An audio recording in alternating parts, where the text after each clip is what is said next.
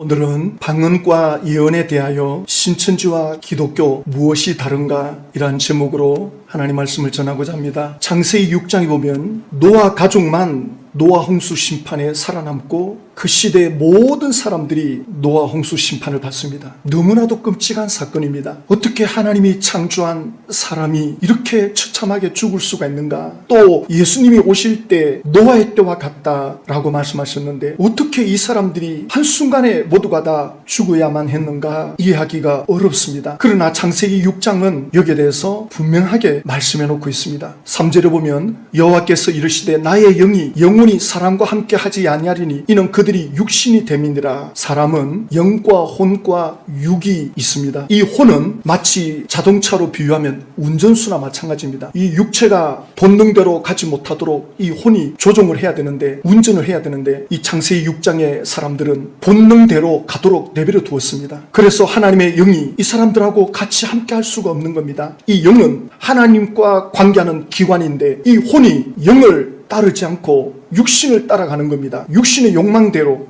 육신의 본능대로 갑니다. 그래서 5절에 보니까 여호와께서 사람의 죄악이 세상에 가득함과 그의 마음으로 생각하는 모든 계획이 항상 악할 뿐임을 보시고 그래서 창세기 6장 7절에 보면 이르시되 내가 창조한 사람을 내가 지면에서 서로 버리되 사람으로부터 가축과 기는 것과 공중의 새까지 그러하리니 하나님께서 창조한 사람을 마치 쓰레기 버리듯이 버리는데 뭐와 같이 버리느냐? 가축과 기는 것과 공중의 새까지 사람을 동물 취급합니다. 사람하고 짐승하고 같이 지금 처리하는 것을 보여주고 있습니다. 창세기 6장에 이 노아 홍수 심판에 죽어간 사람들은 하나님이 볼 때는 사람이 아니에요. 왜냐하면 그 영이 사람에게서 떠났거든. 그 영이 죽었고 그들은 모두가 육체의 본능대로 생각하는 것이 악하고 사는 것이 전부 악을 향해서 가는 짐승과 다를 바가 없는 그런 사람들이었습니다. 그러니까 하나님께서는 쓰레기 처리하듯이 처리하는 겁니다. 끔찍한 거죠. 짐승은 본능대로 삽니다. 사람도 본능이 있어요. 이 본능은 누가 가르쳐주지 않았는데도 하는 겁니다. 먹고 마시고 잠자고 대적이 있으면 싸우고 아무도 가르쳐주지 않아도 본능적으로 하는 것. 근데 이 본능이 사람의 혼에 의해서 조종을 당합니다. 이성주의, 이성적인 인간, 생각하는 동물 이런 말 하잖아요. 그러니까 생각이 이 본능을 조절하거든요. 본능대로 가면 나도 죽고 남도 죽고 내 인생 끝나니까 내 생각이 이 본능을 붙잡습니다. 그러나 이 노아 홍수 심판을 받은 이 사람들은 혼이 고장이 나버린 겁니다. 육신이 가는 대로 갔는데 하나님 볼 때는 짐승과 똑같은 거예요. 그러니까 짐승 처리하듯이 하나님이 사람들을 처리합니다. 지금 미국에는 마약 중독으로 인해서 좀비 같은 사람들이 많이 나온다 그러죠. 일본에도 지금 이게 나오고 있고 한국에도 지금 이제 이야기 들어와가지고는 비밀리에 지금 유통되고 있다는데 이 마약에 중독되면 몸 따로 마음 따로입니다. 짐승보다도 못한 거예요. 생각대로 몸이 따라주지 않는 겁니다. 그러니까 몸이 굳어버리는 거예요. 그러니까 이 사람들은 쓰레기 처리장에서 지금 지내도 아무 느낌이 없습니다. 근데 예수님이 지옥이라는 표현할 때 헬라어로 게헨나라는 말씀을 쓰거든요. 게헨나. 히브리어로는 흰놈의 꼴짝이라는 표현을 쓰는데 이게 쓰레기 소각장입니다. 그 흰놈의 꼴짝이에 늘 우상 제물을 태우는 연기가 타오르는데 그게 온갖 잡다한 것들이 다 불탑니다. 지옥을 예수님이 쓰레기 소각장이라는 표현을 사용했다고요. 지옥은 누가 가느냐? 사람이 가죠. 그런데 어떤 사람이 가느냐? 쓰레기 취급받는 사람이 갑니다. 요한계시록 20장 10절을 보면 또 그들을 미혹하는 마귀가 불과 요한못에 던져지니 거기는 그 짐승과 이 게헨나라고 하는 이 지옥, 불타는 이 지옥에 짐승이 던져진다. 이 짐승은 육체의 본능대로 사는 사람을 말하는 거죠. 그 다음에 거짓 선지자는 귀신하고 연결되어 있는 사람입니다. 짐승처럼 본능대로 사는 사람과 귀신하고 연결되어 있는 사람, 이들이 지옥에 던져진다. 그래서 갈라디아서 5장 16절에 보면 내가 이르노니 너희는 성령을 따라 행하라. 그리하면 육체의 욕심을 이루지 아니하리라. 이 육체의 욕심을 이길 수 있는 힘이 성령에게 있거든요. 성령을 따라가라. 사람 속에 있는 영혼 육 중에 성령님은 그 사람의 영에 들어옵니다. 영이 살아나면 양심도 살아나죠. 그래서 죄에 대해서 민감하고 또 그 영이 살아나면 하나님에 대해서도 민감해집니다. 그 성령을 따라가라. 그 하나님의 음성을 따라가라. 진리를 따라가라. 그래야 육체의 욕심을 이루지 않는다. 이렇게 말씀합니다. 육체의 일은 뭐냐? 음행과 더러운 것과 호색과 이게 바로 육체의 욕망대로 사는 겁니다. 근데 그 다음에 무슨 말씀이 나옵니까? 우상 숭배와 주술 이게 바로 거짓 선지자입니다. 그리고 원수 맺는 것과 분쟁과 시기, 분냄과 당 짓는 것과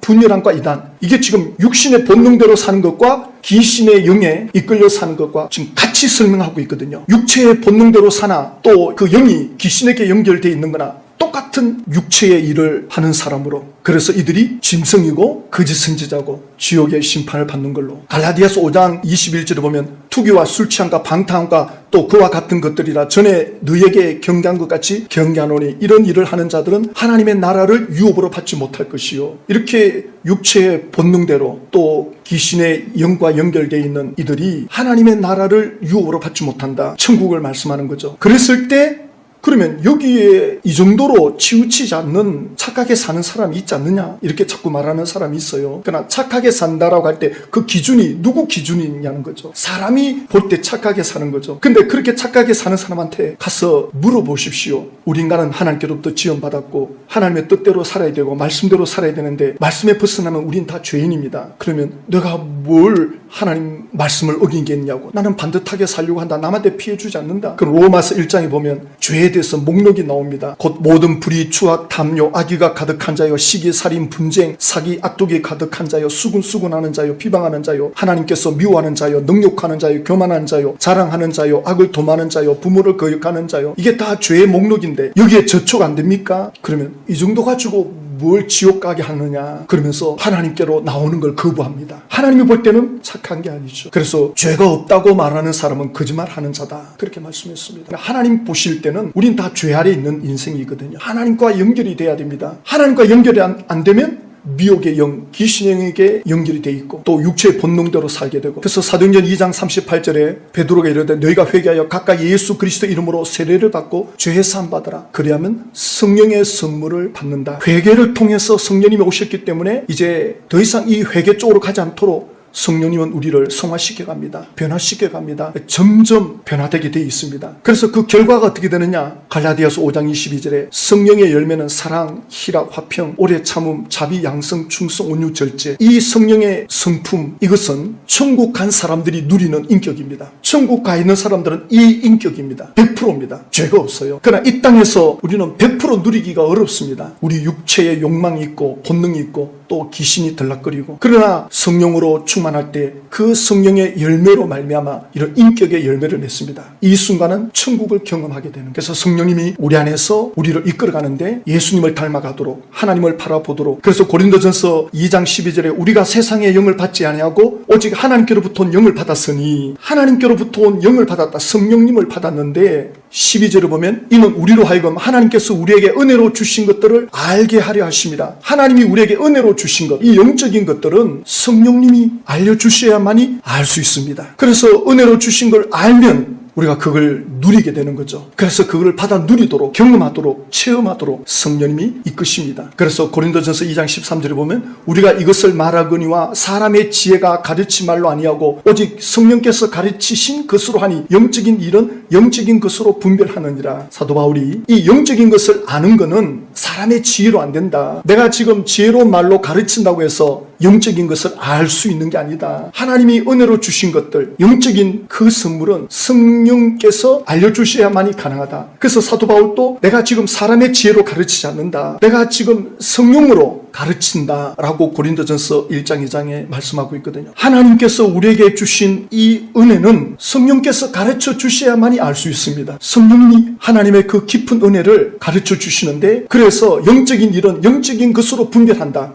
이 영적인 세계는 육적인 이성으로는 알 수 없습니다. 아는 것처럼 보일 수 있어요. 아는 것처럼 말할 수는 있지만 진실로 그 심령에 하나님의 은혜를 아는 건 인간의 이성으로 안 됩니다. 철학적 지식으로도 안 됩니다. 그래서 가끔 자유주의 신학자들이 있어요. 이 자유주의 신학자들은 이성으로 이해되면 믿고 이성으로 이해되지 않으면 믿지 않고, 그래가지고 성경 읽다가 이거는 도저히 이해가 안 된다, 찢어내고 나중에 성경 다 찍고 나니까 볼 게 없다 그러잖아요. 성경은 전부 신비입니다. 이성으로 보면 성경은 말이 안 됩니다. 어떻게 하나님이 6일 만에 천지를 창조합니까? 예수님이 물고기 2마리 보리떡 5개 가지고 어떻게 수천 명을 먹입니까? 이건 상상이 안 되는 거예요. 이게 안 믿어지니까 애들이 도시락을 가져왔는데 어른들도 도시락을 내놓고, 그래서 5,000명이 먹게 됐지. 어떻게 한 끼 가지고 5,000명을 먹느냐? 한 끼 가지고 5,000명을 먹을 수 없다고 생각하는 것은 당신의 생각이고 이성이고, 예수님이 한 끼 식사로 5,000명을 먹이는 건 하나님의 능력인 거죠. 그러니까 이건 성령께서 가르쳐 주셔야 돼요. 지식적으로는 알 수 있어요. 지식적으로, 머리로. 그런데 깊이 대화를 해보면, 깊이 들어가면 아니 이 사람이 지금 분명히 교회는 다니는데 예수 믿는다고 말하는데 영적인 것에 대해서 캄캄할 때가 있습니다. 어두울 때가 있습니다. 제가 신천지 이제 관계자들을 만날 때 특히 이걸 더 실감하는데요. 신천지에서 20년, 30년 다녀서 그런지 예수님과 인격적 관계, 예수님과의 친밀한 관계, 성령님이 내 안에서 감동을 주신다는 이런 영적인 것들에 대해서 깊이 들어가면 그게 뭔가요? 마치 신비주의자처럼 생각하는 그런 반응을 합니다. 지난주에 신천지 강사를 만나는데 그 신천지 강사와 목사와 함께 토론을 주관하는 팀장이 같이 왔어요. 또 HWPL 소장이 또 같이 왔어요. 당신은 뭐 하는 삼이냐 하니까 이 HWPL 소장은 불교 스님 또 무슨 여러 종파의 지도자들을 불러서 토론한다는 거예요. 그러니까 제가 신천지 강사고 지금 2, 3개월째 계속 토론하고 있으니까 이분들이 듣고 도대체 어떤 관계이길래 어떻게 이렇게까지 토론할 수 있었느냐. 그래서 우리가 하고 있는데 그럼 초청하겠다 이렇게 된 것 같아요. 그래가지고 같이 만나서 대화를 하는데, 그래서 강사하고 만날 때 오늘은 제3자가 있을 텐데 뭘 할까 하다가 오늘 설교하는 내용 사도행전 19장 바울이 안수할 때 거기 12명의 사람들이 방언도 하고 예언도 하더라. 이 내용을 신천지는 어떻게 가르칠까 이게 궁금하더라고요. 그래서 이제 그 사람들도 좀 생각할 수 있도록 해야 되겠다 싶어가지고 이제 준비해 갔죠. 그래가지고 강사한테 사도행전 19장에 바울이 안수할 때 방언하고 예언하는 사람들이 나왔는데 신천지에서 이 본문이 나오면 어떻게 강의하느냐 하니까 고린도전서 13장 언급을 하더라고요. 지난번에도 지나가면서 이 말을 한번 했는데 8절에 보면 사랑은 언제까지나 떨어지지 아니하되 예언도 피하고 방언도 거치고 지식도 피하느니라. 그러니까 사랑은 영원하지만 예언이 피하는 날이 있다. 방언도 그치는 날이 있다. 지식도 피한다. 언제? 9절 보면 우리는 부분적으로 알고 부분적으로 예언하니 온전한 것이 올 때에는 부분적으로 하던 것이 피하리라. 그러니까 지금까지 뭐 방언하고 예언하는 거 다 부분적이었고 온전한 것이 올 때는 끝난다. 그 온전한 것이 뭡니까? 신천지 총회장이 계시해 주는 거죠. 기가 막혀요.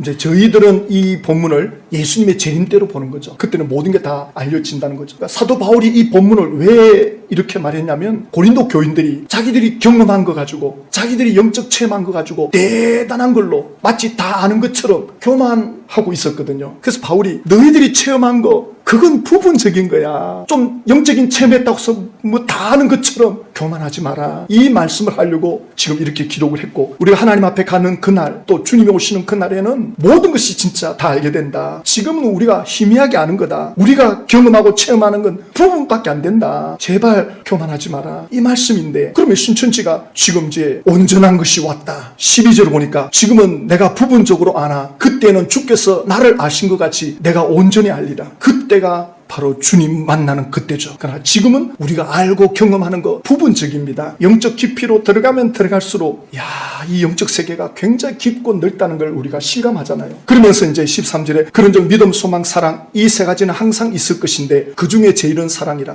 믿음과 소망은 이 땅에 있을 때는 필요해요. 그러나 천국 가면 믿음, 소망은 필요 없습니다. 눈에 예수님이 보이고 성령님을 현장에서 느끼는데, 하나님 아버지를 천국에서 느끼는데 믿음이 필요 없죠. 믿습니다 할 필요가 없습니다. 그리고 소망하는 것들이 천국에서 다 이루어졌는데 믿음, 소망이 필요 없죠. 천국에는 사랑만 있는 거죠. 성령의 첫 번째 열매, 사랑. 그러면 신천지가 이게 다 이루어졌다면 사랑이 있어야 되거든요. 사랑으로 충만해야 되거든요. 신천지는 계시록 18장, 19장, 20장 이루어지면 천국이 이루어지는 걸로 해가지고 사람들을 미혹해서 그쪽으로 끌어가고 있습니다. 성령님과 정반대되는 길을 가고 있습니다. 그러니까 영적으로 어린아이가 아니라, 영적으로 어린아이면 천천히라도 따라오지만 180도 다른 방향으로 가고 있다는 거죠. 성령님이 이끄시는 방향과 신천지가 이끄는 방향은 180도 달라요. 그럼 한쪽은 악령이에요. 저희들은 성령을 쫓아 행한다고 하는데 신천지가 성령은 천사라 그러거든요. 그럼 바울이 안수할 때 천사가 내려왔다 그러죠. 왜 성령이 내려왔다 그러느냐. 억지로 지어 짜내가지고 성령을 천사로 막 바꿉니다. 아니 이게 무슨 천사냐고. 안수할 때 성령님이 내려오지 무슨 천사가 내려오느냐고.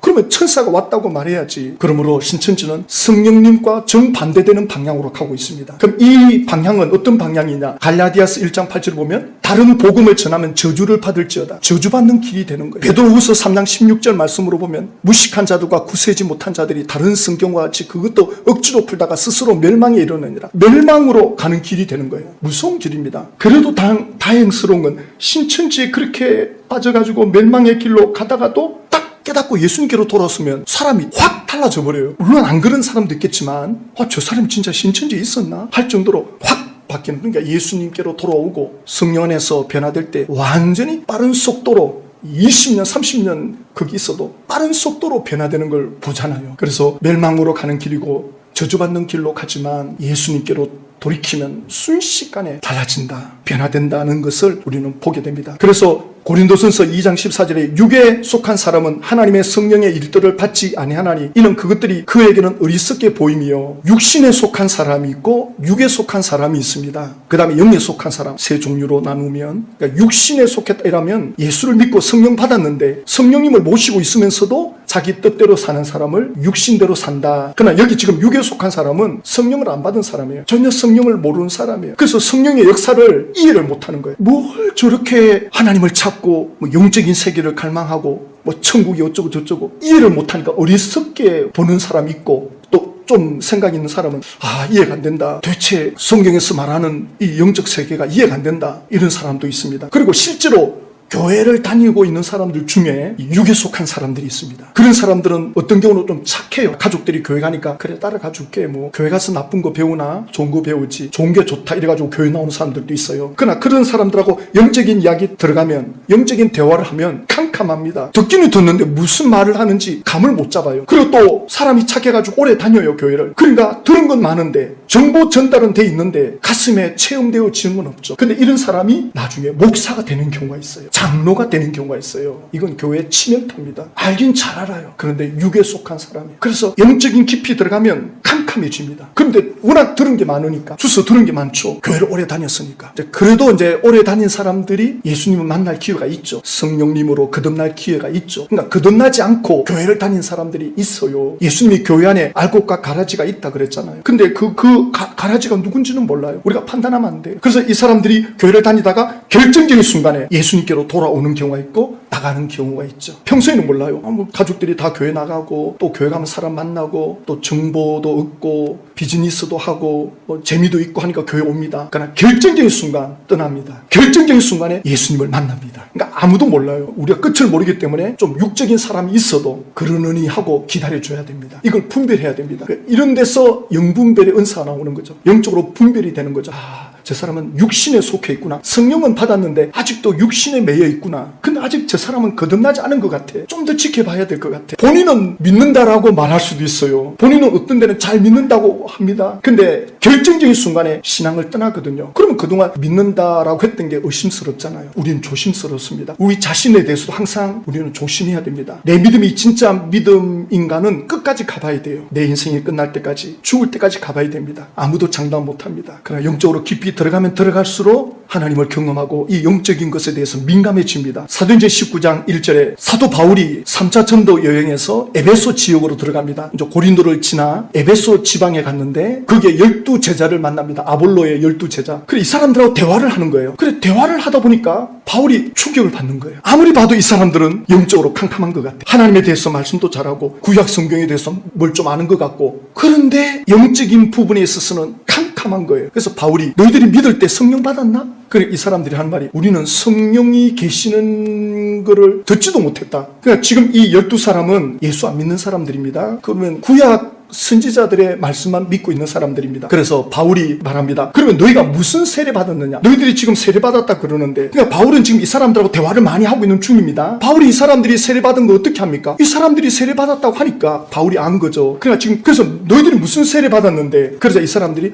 우리 요한의 세례 받았습니다. 그래? 바울이 요한이 세례를 줄 때 마태복음 3장 11절 말씀을 인용하겠죠. 요한이 요단강가에서 세례를 베풀 때 회개하게 하기 위하여 물로 세례를 베풀거니와 내 뒤에 오는 이는 나보다 능력이 많으시니. 요한이 이런 말을 하면서 세례를 베푼 거예요. 그러니까 요한은 구약의 마지막 선지자입니다. 예수님을 눈으로 보면서 전한 선지자는 세례 요한밖에 없습니다. 그러니까 세례 요한이 이제 너희들이 마음의 준비를 해라. 성령으로 세례를 줄 분이 오신다. 이 말씀을 하면서 요단강가에서 세례를 베풀거든요. 그러니까 여기 지금 에베소 지역에 있던 사람들이 유대인들입니다. 자기 고향에 와가지고는 이 자리에 와서 경험하면서 그래, 내가 외국에 떠나 있지만 하나님을 잘 믿어야지. 그리고 또 메시아가 온다는데 그래, 내가 죄를 씻으면서 마음을 정결해서 기다려야지. 이런 의식을 치룬 거죠. 이게 전부입니다, 이 사람은. 그래서 구약 성경은 알고 있는데, 선지자들의 말은 알고 있는데, 바울이 영적인 단계로 들어가니까 이 사람들이 캄캄한 거예요. 사도행전 19장 4절에 보면 바울이 이르되 요한이 회개의 세례를 베풀며 백성에게 말하되 내 뒤에 오시는 이를 믿으라 하였으니 이는 곧 예수라 하거늘. 사도 바울이 지금 에베소 교인 12제자 세례 요한이 외치던 그 메시아가 바로 예수님이시다 설명하는 거예요. 예수를 믿어야 된다. 그러니까 지금 이 12제자는 예수님을 믿지 않고 구약의 하나님만 믿고 자기들 나름대로 잘 믿고 있다고 생각했는데 바울을 만나서 대화해보니까 영적으로 아무것도 모르는 거예요. 성령으로 거듭나지 않았어요. 사도 바울은 에베소 12제자들에게 사도행전 사건을 쭉 말씀 안 했겠습니까? 12 예수님의 제자들이 사도행전 2장에서 성령을 받았다. 또 그 사마리아 사람들이 빌립에 의해서 그들이 기적을 경험하고 또 베드로 요한이 그거 가서 안수하니까 그들이 성령을 받았다. 또 사도행전 9장에서 사도 바울은 내가 예수님 믿는 사람을 핍박했는데 예수님이 빛으로 나타났고 그리고 아나리아라고 하는 사람이 내게 안수했는데 내가 눈이 열렸고 성령으로 거듭났다. 이런 이야기를 쫙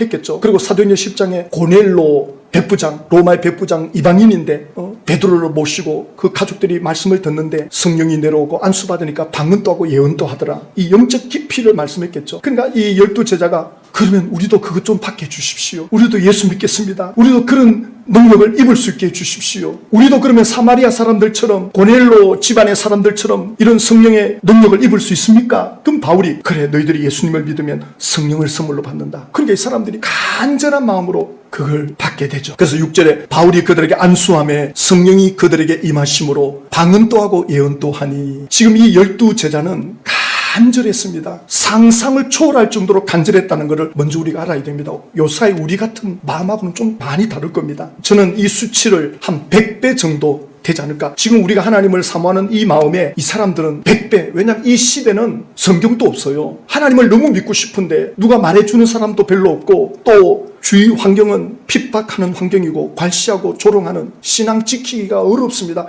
그러나 이 사람들은 메시아를 기다리고 있는 사람들인데 바울이 와서 지금 이 말씀을 하니까 마음에 불이 일어나는 거예요. 내가 그거 받고 싶다. 바울이 손 얹는 순간 방언이 나오고 예언이 나오는 거예요. 이 사람들은 방언이 뭔지도 모르고 예언도 몰라요. 들어본 적도 없고 배운 적도 없는데 바로 나옵니다. 만약에 이 자리에 저와 여러분들이 그러니까 기도하는 바울도 성령 충만해야 되죠. 그 다음에 기도 받는 분도 간절해야 됩니다. 제가 성령 충만하고 여기 앉아서 간절히 사모하는 분들의 마음이 100배나 더하다면 제가 손 얹는 순간 방언 다 나옵니다. 심지어 예언도 막 나올 겁니다. 이게 지금 현실에서 일어납니다. 아프리카나 남미 쪽에 가면요, 저녁 집회 오려고 아침부터 와가지고는 그 사람들은 막 그냥 손 얹고 기도하면 전부 방언합니다. 성경 지식도 별로 없는데 너무 간절하니까. 그리고 또 그 말씀을 전하는 사람도 성령으로 충만했겠죠. 자, 그래서 고린도전서 14장 2절에 방언을 말하는 자는 사람에게 하지 아니하고 하나님께 하나니 이는 알아듣는 자가 없고 영으로 비밀을 말함이라. 방언은 사람이 알아들을 수가 없습니다. 영으로 하는 기도입니다. 사람은 영과 혼과 육이 있는데 하나님을 인식하는 영의 기관, 그걸로 하는 겁니다. 이건 믿어야 됩니다. 그래서 이 방언은 영으로 하는 기도입니다. 그러니까 이 생각이 감지를 못해요. 지금 무슨 기도하고 있지? 감을 못 잡습니다. 그러니까 영으로, 이 배에서 나오는 그림을 그려놨는데 이 영으로 하는 기도입니다. 마음 깊은 곳에서 내 심령에서 하는 기도입니다. 그래서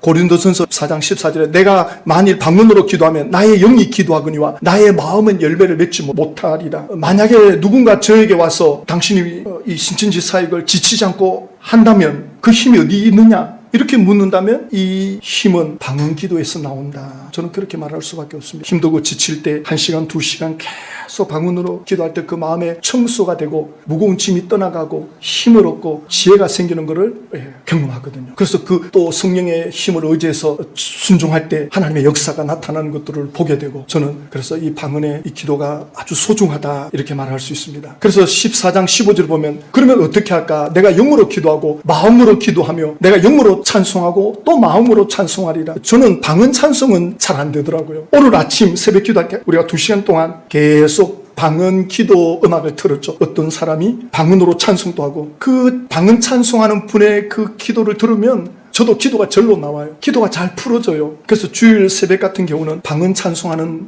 그런 음악을 틉니다. 2시간 동안 계속 들으면서 또 주일 새벽에는 또 다른 분들도 마이크를 많이 켜놓고 기도하더라고요. 그리고 방언은 다른 언어이기 때문에 방언을 하고자 하는 사람은 말을 해야 돼요. 자꾸 이 방언을 마치 하나님의 영이 와가지고 내 입을 막 강제로 틀어가지고 말이 다르게 나오는 걸로 생각하고 하나님 한번 해보십시오. 이런 식인데 아니에요. 만약에 그러면 어떻게 되느냐? 하나님이 강제로 하면 절제가 안 돼야 되거든요. 근데 방언하다가 내가 멈추고 싶다. 그럼 바로 멈춥니다. 그러니까 내 의지에 달려있다고요. 내가 다른 언어로 해야 되겠다. 성령님이 내 안에서 기도에 불을 지펴준다. 내가 지금 이 한국말로 하려고 하니까 자꾸 말이 끊기고 생각에서 말이 나오는 건데 내가 영어로 해야 되겠다. 다른 말로 내 혀를 풀어야 되겠다. 딱 그 의지를 가지고. 그래서 방언하는 사람끼리 앉아서 같이 하면 쉽게 풀어진다 그러잖아요. 그러니까 본인이 그걸 마음을 열고 혀를 풀어줘야 되거든요. 바로 그렇게 풀어지는 겁니다. 그리고 그 다음부터는 시간의 제한을 안 받고 기도할 수 있는. 그래서 이 방언은 보세요. 내가 너희 모든 사람보다 방언을 더 말함으로 하나님께 감사하노라. 바울이 고린도 교인들보다 자기가 방언을 더 많이 한다 그러잖아요. 어떤 사람은 방언하는 걸 좀 품위가 떨어지는 걸로 수준 낮은 걸로 표현하는 사람이 있습니다. 점잖지 못하게 조용히 주여 이렇게 해야지 뭐 중얼중얼 말도 안 되는 소리 하고 있다고. 아니 고린도전서에 사람이 알아들을 수 없다고 했는데 그러면 바울이 지금 다른 사람보다 방언을 더 많이 한다 그랬는데 바울은 천국을 경험한 사람이고 죽은 자를 살리고 신약성경 13권을 기록한 사람인데 당신이 바울보다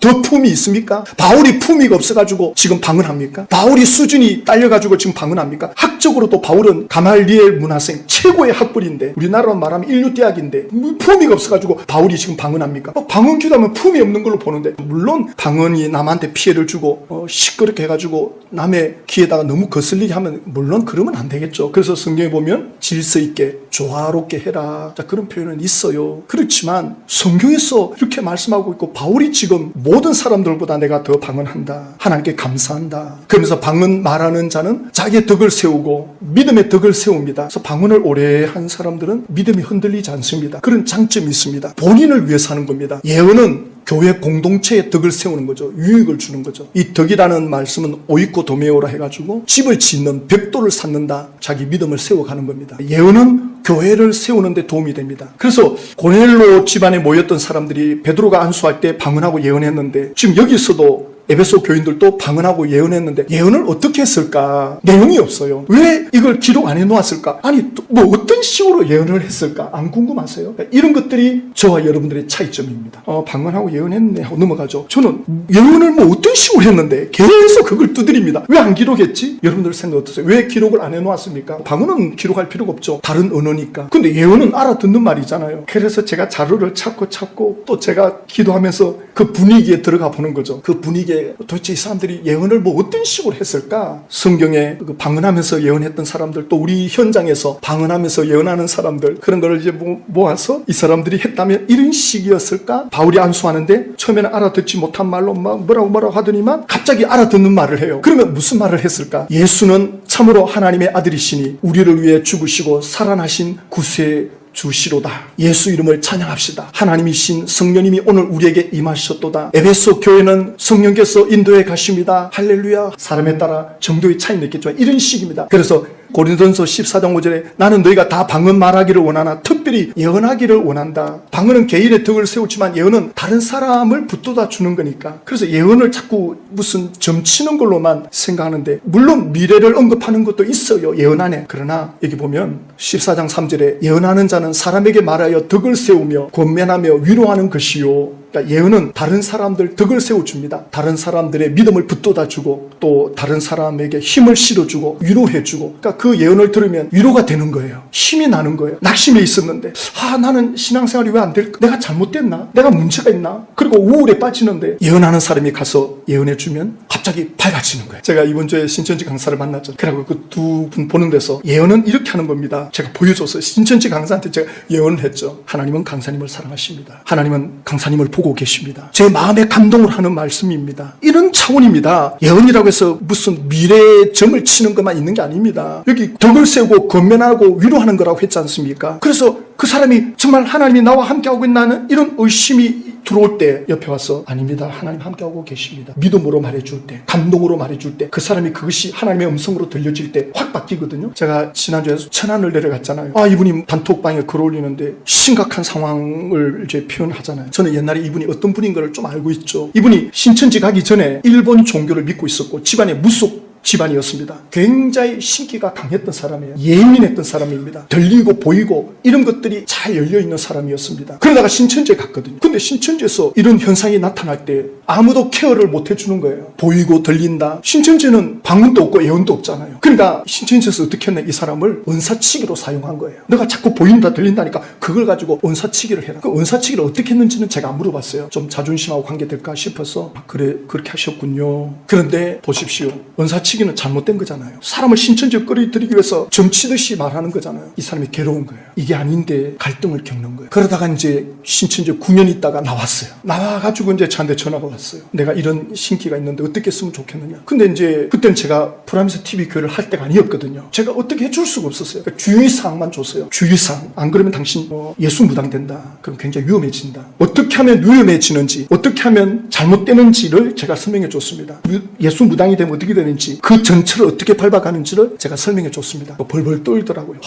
내가 함부로 말하면 안 되겠네요. 일단은 조심해야 됩니다. 어쩔 수 없습니다. 그리고 또 이제 이분이 그 당시 탈퇴해가지고 각각 교회를 나가니까 교회 생활 잘 하십시오. 그랬는데 가끔 보면 이 문제가 발생하는 거예요. 요번에 보니까 심각한 글을 올린 거죠. 지금 3년이 다 돼가는데 아직도 지금 이게 해결이 안 됐나? 자살 시도 또 몇 번 했다 그러더라고요. 공황장애 우울증 약도 먹고, 약 먹어도 안 되고. 그리고 이제 전화해보니까 빙의가 된다는 거예요. 빙의 현상. 그러니까 빙의가 되면 자기가 없어져요. 그리고 다중인격이 나옵니다. 전혀 다른 사람이 나옵니다.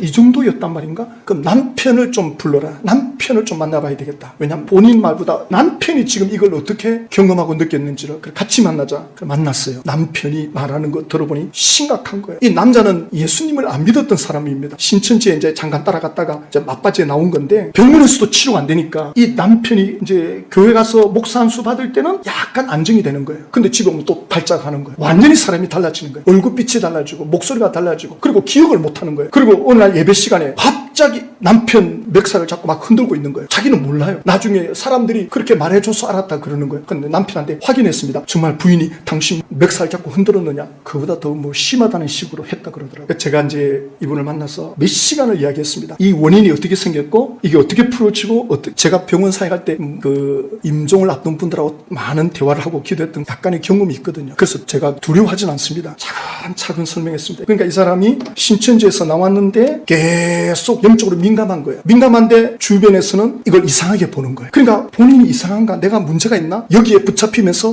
혼미해집니다. 영이 혼미해지니까 자기 생각을 놔버립니다. 자기 정신줄을 놔버리는 거예요. 그러면 그 틈을 타고 이 귀신이 들어와가지고 사람의 생각을 완전히 바꿔놓습니다. 그러니까 심리적으로 좋아지면 귀신의 역사도 줄어듭니다. 이런 사람이 정신과 치료를 받으면 귀신의 역사가 줄어들어요. 왜? 심리가 안정이 되니까. 그러나 근본적으로 해결이 안 되면 계속 반복됩니다. 이 남편이 볼 때 병원 치료가 안 되니까 어떻게 했느냐? 내가 예수 이름으로 기도해 줘야 되겠다. 시간만 나면 이 남편이 성경을 읽는 겁니다. 성경 읽고 예수 이름으로 기도해 주고. 이제 만약 이때 남자가 술을 먹거나 괴롭다 이래가지고 부인하고 다투면 가정은 파탄납니다. 제가 그 남자를 극찬해 줬습니다. 당신 대단하다. 존경스럽다. 당신 때문에 지금 이 사람 지금 살고 있다. 안 그랬으면 벌써 끝났다. 너무 잘하셨다. 부인도 남편한테 고맙다 그러더라고요. 그래서 제가 몇 시간 쭉 영차인데 얼굴이 밝아지는 거예요. 많이 밝아집니다. 남편도 깜짝 놀라는 거예요. 얼굴색이 완전히 달라지면서 보라고 사람의 10년은 더 젊어지지 않았느냐. 몇 시간 만에 지금 10년 젊어지는 거 보이지 않느냐고. 그렇다는 거예요. 자기 부인이 평소에 어떤 때는 막 완전히 깔아앉을 때는 하루 종일 운답니다. 하루 종일 울고 하루 종일 잠자고. 야, 어떻게 해야 될지 모르겠대요. 어떤 데는 극단적인 선택을 하고. 제가 이제 쫙 설명하고 이건 좀 더 한순간에 해결되는 게 아니라 자주 해야 되니까 어떤 그런 증상이 나타날 때 빨리 연락을 해라. 그래가지고 좋아졌습니다. 방법을 찾았어요. 그래가지고 너무 막 행복해하는 거예요. 너무 기뻐하는 거예요.